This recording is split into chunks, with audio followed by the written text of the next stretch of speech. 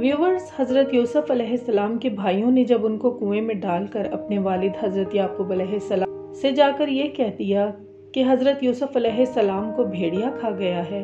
तो हज़रत याकूब अलैहिस्सलाम को बेइंतहा रंजो कलक और बेपनाह सदमा हुआ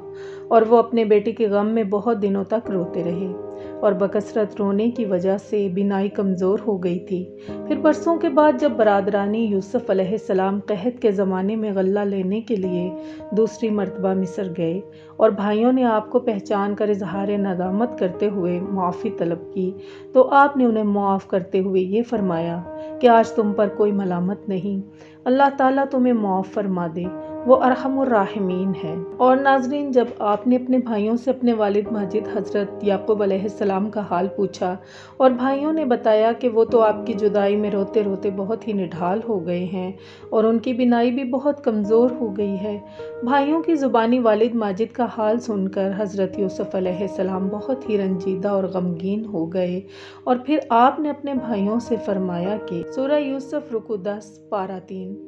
तुम लोग मेरा ये कुर्ता ले जाओ और उसको मेरे वालिद के मुंह पर डाल दो तो उनकी आंखें खुल जाएंगी और अपने सब घर वालों को मेरे पास ले आओ।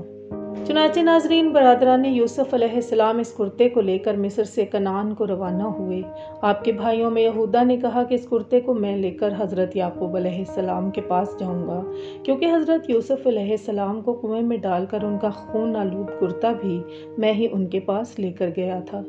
और मैंने ही ये कहकर उनको गमगीन किया था कि हज़रत यूसुफ अलैहिस्सलाम को भेड़िया खा गया।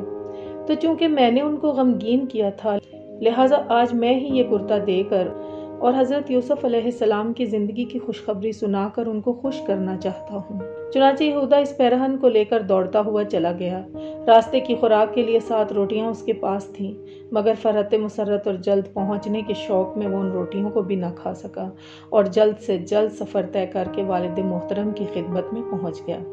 तो फिर ऐसा हुआ कि यहूदा जैसे ही कुर्ता लेकर मिस्र से कनान रवाना हुआ, कनान में हज़रत याकूब अलैहिस्सलाम को हज़रत यूसुफ अलैहिस्सलाम की खुशबू महसूस हुई और आपने अपने पोतों से फरमाया, सूरह यूसुफ रुकू 11, बेशक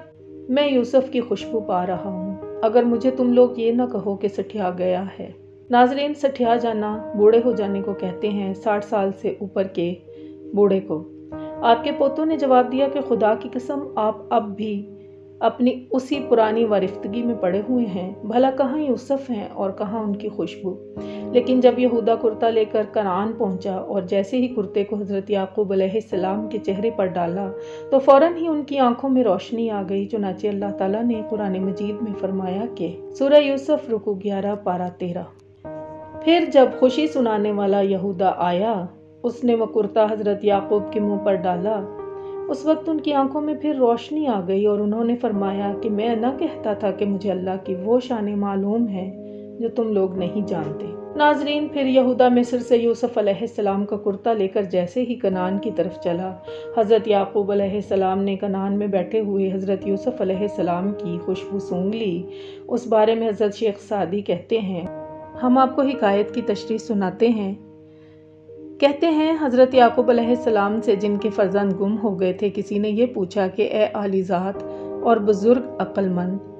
आपने मिस्र जैसे दूर दराज मकाम से हज़रत यूसुफ अलैहिस्सलाम के कुर्ते की खुशबू सूंघ ली और जब हज़रत यूसुफ अलैहिस्सलाम कनान ही की सरजमीन में एक कुएं के अंदर थे तो आपको इतने करीब से भी उनकी खुशबू महसूस नहीं हुई, इसकी क्या वजह है? तो हज़रत याकूब अलैहिस्सलाम ने जवाब दिया, हम अल्लाह वालों का हाल कौंदने वाली बिजली के मानित है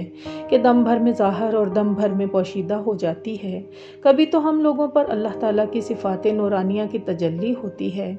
तो हम लोग आसमानों पर जा बैठते हैं और सारी कायनात हमारे पेशे नज़र हो जाती है,